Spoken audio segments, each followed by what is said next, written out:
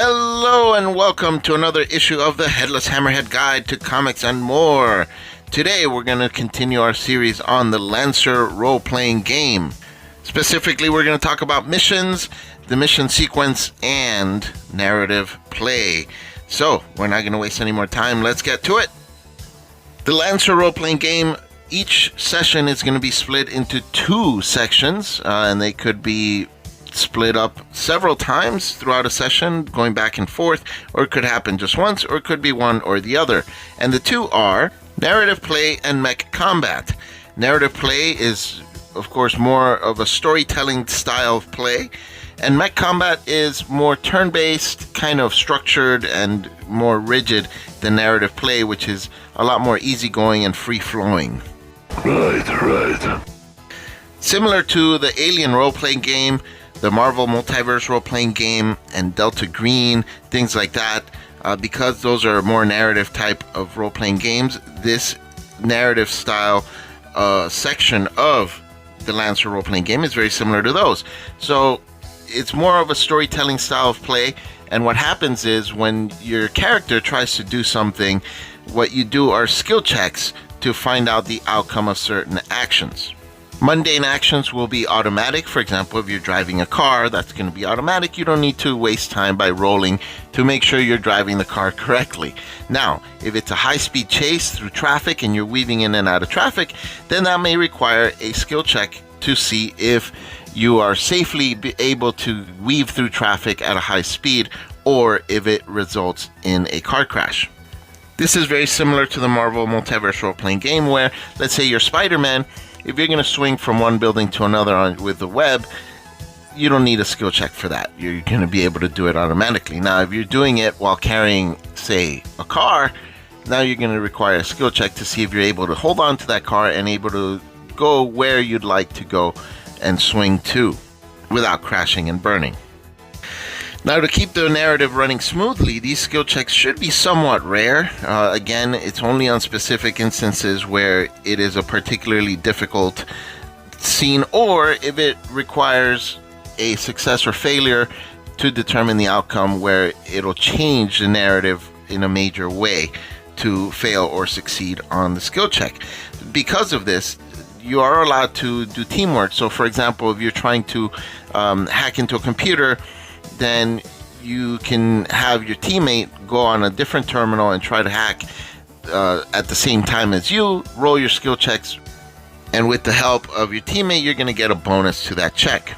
So skill checks have different difficulties. A standard skill check will require a roll of a 10 on a dice 20, and then you have difficult, which gives you a dice 6 that you roll in addition to the dice 20, and you would subtract whatever you roll on that dice 6. So, for example, if you roll a 15 on your dice 20 and then you roll 6 on your difficulty dice, now your end result is going to be a 9, which means you have failed that roll.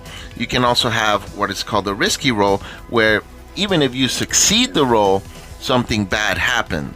And for extremely difficult tasks, for example, a regular person wants to flip a car over because a person is trapped underneath, you don't just say no outright, you make it a heroic roll, and you can even add a difficulty dice to that. So basically you need a 20 or higher. So even if you have a bonus to the roll, you need to roll a very high number to get a 20 plus. And then on top of that, if you get difficulty, then it could make it extremely difficult where only on a natural 20 will you succeed. But this gives players a feeling of fairness. It gives them hope that there's always a chance to succeed no matter how difficult the situation. And that's what makes gameplay fun. And another thing that you can do, which should be extremely rare, is if it's a regular roll, it can't be already a risky roll or a heroic roll. A regular skill check, you can, if you fail, you can push it.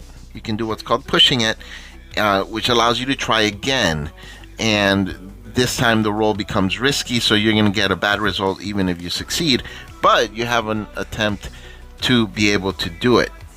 Hey, sorry to interrupt, but if you're liking this video, please hit that like button, the thumbs up. It really helps me out a lot, and also make sure to subscribe so you don't miss any future videos. Thank you. So what happens when you fail skill check? Well, you could get hurt, which you have different ranges, 1 to 2 damage 3 to 4 damage if it's something like, for example, we get shot at close range, or something that causes severe harm would cause 6 or more damage. Now, typically, your hero, your pilot, will have 6 HP, so something that causes extreme damage will knock you down and out pretty quickly. A failed roll could also cost you time. So if you're racing to catch a flight, now you failed your roll and now you've missed your flight. It could cost you resources, so money or items. It could cost you collateral damage. So, for example, if you're negotiating with a terrorist who's got hostages, you fail your roll, now they're going to kill a hostage, and this is basically costing you time and collateral damage, because now they can kill a hostage and say, now you've got 3 hostages left, keep working with me. It could cost you a position. This could be physical or thematic. So a position, if you fail your roll, you could end up hanging off the side of a cliff with 4 fingers on the edge. Or it could cost you, say, the good graces of a lord or baron, for example, and now you're in a bad position with them socially. Or it could cost you an effect. So if you're trying to shoot a car to stop it, now instead what you do is blow a tire and it slows it down rather than stopping it fully. Then you have skill challenges as opposed to a skill check. A skill challenge is larger in scope.